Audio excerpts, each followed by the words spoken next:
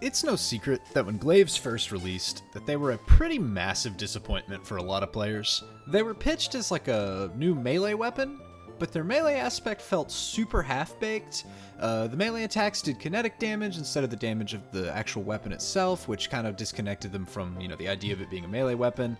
And the melee attacks themselves were only a bit stronger than base and guardian melees. The melee attacks themselves didn't interact with any weapon perks, even the non-damaged base ones like Unrelenting.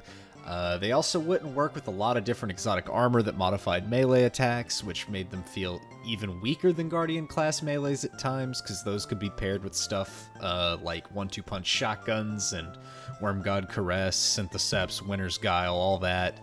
The melee issues with Glaives did make some sense at release, because Glaives don't use ammo like swords do for their melee attacks, so if Glaives were too strong, they'd risk power creeping swords out of the game entirely, especially with them being special weapons and swords being heavy, so it did make sense that Glaives shouldn't be as strong as swords.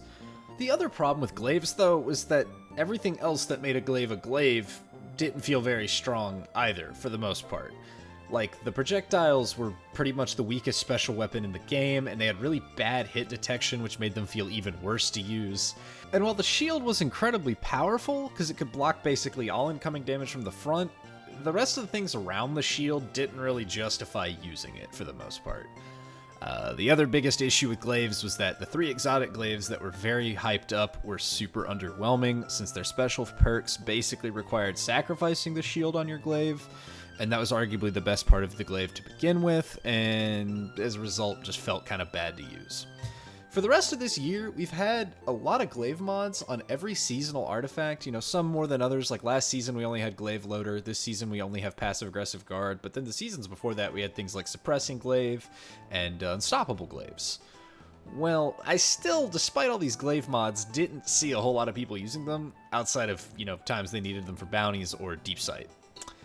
But Season of the Seraph did give Glaives some well-needed buffs. They now interact with more melee exotics, and the hit registration is much better. And these updates are what convinced me to make this video, because again, I've been giving Glaives a second chance now for a few weeks, and I really think they've massively improved. In preparing for this video, I did use pretty much all the Glaives that are currently available in the game, but for the most part, I'm just going to focus on 2 legendary ones, specifically Lubre's Ruin, which is obtained from the Vow of the Disciple raid, as well as Judgment of Kelgrath, which is available from the Exoframe in the Helm once you have Focusing unlocked, but you'll also get what is, in my opinion, one of the better rolls of this guaranteed during the More Than a Weapon seasonal quest. I'll also touch on the 3 exotic Glaives, but for the most part, they're still really not all that great, except for one thing I will mention later. And even though I don't have specific testing in this video for either the Enigma or Nezarec Whisper, their melee damage and base projectile damage is going to match that of Lubre's Ruin and the 3 exotic Glaives, so if you're looking for a melee build with an adaptive Glaive, just know you can pretty much slot out Nezarec Whisper, Enigma, and Lubre's Ruin interchangeably. Judgment of Kelgrath does have some perks that make it very different, however, the 3 adaptive legendary Glaives are really similar. The only thing that changes is a couple of the perks. And speaking of perks, that's really why I think Lubre's Ruin is stronger, because both the Enigma and Nezarec Whisper are still solid with the right build, but they really only have the same god roll of Tilting at Windmills and Unstoppable Force, and that roll is available on Lubre's Ruin, but for PvE I would recommend replacing Tilting at Windmills with Immovable Object on Lubre's Ruin, which is not available on Nezarec Whisper or the Enigma, because that will raise the shield energy that you gain by 50% when standing still and blocking upon hitting an enemy. With that setup and a shield duration masterwork, Lubre's Ruin can really beef up your defensive options because that shield will last a very, very long time, as opposed to Tilting at Windmills, which will let you move faster while blocking, but it will not necessarily affect the shield duration. Another thing to note is that Judgment of Kelgrath's damage numbers for the projectiles specifically are going to be a little bit different because it's an aggressive frame Glaive and all the others are adaptive frame, but the base melee strength and combo are actually identical between aggressive frame and adaptive frame Glaives. Again, the only main difference is that the adaptive Glaives fire their projectiles at 55 rounds per minute and aggressive frames fire at 45 rounds per minute, but the melees themselves are actually the same. However, part of why Judgment of Kelgrath is going to get more melee damage is because its best rolls are all going to use the new Glaive perk, Close to Melee, and that perk gives you a 30% increase to your Glaive melee damage after getting a projectile kill, and the duration of that buff will extend on melee hit. The perk is currently only obtainable on Judgment, but it will likely feature on more Glaives in the future. There's nothing to imply it will stay exclusive to Judgment of Kel'Garath. And then, when you're looking at crafting one, for the first column perk, I'll recommend your choice of a movable object for increased defensive options, or Overflow to run and gun more freely, because Glaives do still reload pretty slowly. But I think either one's fine. I personally put Overflow on mine if you're curious, but I think both are really, really good. And then the other thing, before I break down the testing, is I want to mention a couple more things. The most important one is that I tested these numbers against normal enemies, both majors and minors. Power level can also cause the numbers to provide here to vary, but just for transparency's sake, I tested them versus Fallen in the Exodus Garden to a Lost Sector, since those conditions allowed a variety of different exotics to be tested in terms of armor, and those test numbers are going to be much lower against bosses, because in Update 6.3.0, Bungie reduced Glaive melee multipliers versus champions, bosses, mini-bosses, and vehicles by 25 to 30% depending on what you're hitting. While Glaive melees aren't useless against bosses, but the damage reduction does take a good chunk out of them, my opinion is that Glaives are strongest against normal enemies in close quarters, since Glaive melees also have some degree of splash damage, and they synergize very well with exotic armor. You could essentially use it as like a melee substitute for a shotgun in some cases. The other thing to note is going to be that even though I am going to use the terms like DPS and all that, it's not really DPS in the way that like a lot of weapons would be DPS. If you sitting there and like wailing on one enemy for a long time, like I said, because you're going to be using the Glaive against a lot of more general adds. Think of it more as this is how much damage you're going to put out in a very small area in front of you while you sit there swinging the melee attack. But into testing, we'll start with Lubre's Ruin, where our base melee damage was 16,203. The projectiles dealt 18,930 damage, increased by 20% with Unstoppable Force for a total of 22,716. The Glaive melee combo takes 1.8 seconds to execute regardless of archetype, resulting in a melee DPS of 27,005. For Judgment of Kel'Garath, your melees do the same at base damage and have the same attack speed, but with close to melee active, it will increase by 30% to 21,064 per hit. Melee DPS is going to jump to 35,107 with close to melee. Aggressive frame Glaive projectiles appear to do around 21,115 damage on hit, and you can increase that by 20% with Unstoppable Force, but that's not really worth giving up close to melee to do so, so I don't recommend that. That said, the biggest buffs to Glaives are, like I mentioned earlier, based on interactions with exotic armor. And in my opinion, Titans really get some of the best bonuses, because for Titans, you have both Syntheseps and Wormgod Caress that buff your melee damage substantially. I think the best one is honestly Syntheseps, because Syntheseps gives you a 300% increase to your melee damage when surrounded by 3 or more enemies. That perk also lasts for a few seconds, even after you aren't surrounded anymore. And with Synthos, your melee with Lubre and other adaptive Glaives is going to jump to 48,608 with a full DPS combo hitting around 81,013 damage per second. With Judgment of Kel'Garath, because you have close to melee giving you a 30% bump, you'll go up to 63,190 on hit, having 105,317 DPS total, which is actually a 390% increase, because from what I can tell, it looks like close to melee's 30% damage buff is applying before the 300% buff from Syntheseps, resulting in a 390% increase instead of a total of 330% increased, which, if you want to use Judgment Kel'Garath with Syntheseps, that's probably going to be the highest damage you're going to be able to get. And Syntheseps will certainly be the most consistent, because the perk does not need to stack, and it won't randomly fall off if you can't get a kill within a certain amount of time. You just have to have 3 or more enemies near you. If we move on to Wormgod Caress, it is important to note that the damage bonus did receive a nerf in Update 6.3.0, the same patch where Glaives were buffed.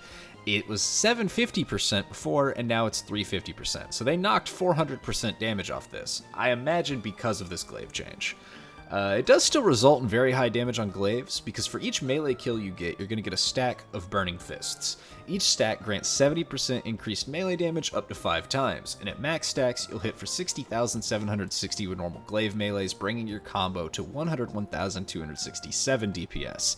If you've got close to melee active, you can get up to 78,987 per hit, for a total combo DPS of 131,645. The other thing to note about using Wormgod Caress is that because Glaives can kill multiple enemies at a time with one melee, you can get multiple stacks of Burning Fists from 1 or 2 hits if you manage to kill multiple weaker enemies with 1 or 2 hits. And then the last thing that I'm going to mention for Titans is that their Exotic Glaive is probably the best of the 3 because Edge of Action's unique ability is Remote Shield, and basically once your Glaive shield energy is full, you can long press reload to ready up the shield, and when you fire it, it will deploy a mini Ward of Dawn that you and your teammates can use. Now, that mini ward doesn't give weapons or armor of light, but it does block damage and grant a Void Overshield to anybody that passes through it, regardless of your subclass. The mini bubble also will interact with Void aspects and fragments, as well as interacting with Helm of Saint 14, allowing it to blind enemies who enter. The main reason that I think Edge of Action doesn't feel nearly as bad as the other exotic Glaives is that it doesn't sacrifice the Glaive's defensive shield, which is one of its strongest features. Instead, it allows you to convert the personal shield into a mini bubble, which you can also implement into Void builds, or use to grab a free overshield. It's a lot better than what the other Glaives have access to, which is a lot of garbage. Moving on to Warlocks, you also have a few options for exotics to pair with a Glaive build. There's Necrotic Grip, Winter's Guile, and Karnstein Armlets, which all work with Glaive melees, to varying degrees of success. Winter's Guile actually have an identical effect to the Titan's Wormgod Caress, which is 70% bonus melee damage per stack of Warlord's Sigil up to 350% at 5 stacks, and just like Wormgod's at max stacks, you'll hit for 60,760 with normal Glaive melees, bring your melee combo to 101,267 DPS, and then if you have close to melee active, you can get 78,987 per hit for a combo DPS of 131,645. For something a little more interesting, Necrotic Grip works just like normal, where melee hits poison enemies, and then when poison enemies die, they spread the poison around. Karnstein Armlets also have their normal effect, where you gain a large amount of health on melee kill and begin regenning for a few seconds. Karnstein is less effective than Necrotic or Winter's in my opinion, because it puts you back to the very basic melee damage that the Glaives have by default. But, you know, you could always use it for some healing. I would actually recommend, if you want a healing-based Glaive melee build, I would say to do either Solar with healing grenades or even a Necrotic with Devour, because that'll work a little better than, in my opinion, doing Karnsteins with any of the other subclasses. As for the Warlock exotic Glaive, Edge of Intent, it's honestly really, really bad, and I don't recommend, like, ever using it. The healing turret that it places is pretty slow firing with a slow moving projectile. It's hard to figure out when you're actually going to get that healing, so you can't really rely on it, especially when Warlocks already have access to so much healing. And honestly, there's much better ways to keep yourself healed again, especially if you're playing a Warlock already. And then for Hunters, you have absolutely nothing. No, I mean that. I tested Liar's Handshake, Assassin's Cowl, and even Kepri's Sting, and none of them activate their perks when using Glaives, even when the Glaive element matches the subclass element, which I didn't expect to work anyway because Glaive melees are kinetic damage, but I just wanted to make sure. As for the Hunter Exotic Glaive, Edge of Concurrence, I guess it's not the worst one because the Warlock one exists, but Edge of Concurrence Lightning Seeker actually does deal a decent amount of damage, but it's kind of awkward to use because the Wave Explosion hits for 47,905 on the low end, which is a lot for the low end of damage.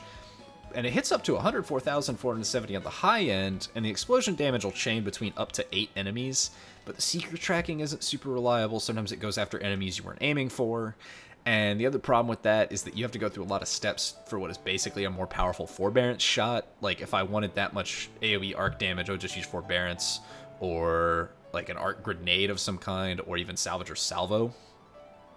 I guess if Lightning Seeker applied Arc Jolt and or Blind, I honestly think both would be really strong, then it would be much better. But unfortunately for Hunters, it feels like they live in a world where the latest set of Glaive changes don't even exist, and I'm just gonna have to recommend running it as a shield primarily and a melee option second. That said, I do hope you enjoyed this video, and as always, your support is very much appreciated, and do let me know down in the comments if there's anything specific you want to see me do in the future, or perhaps if there's something I can improve upon, or just let me know if you've got any questions about the video, and I will do my very best to respond accordingly when I read the comments. Thank you all for watching, and I will see you guys next time.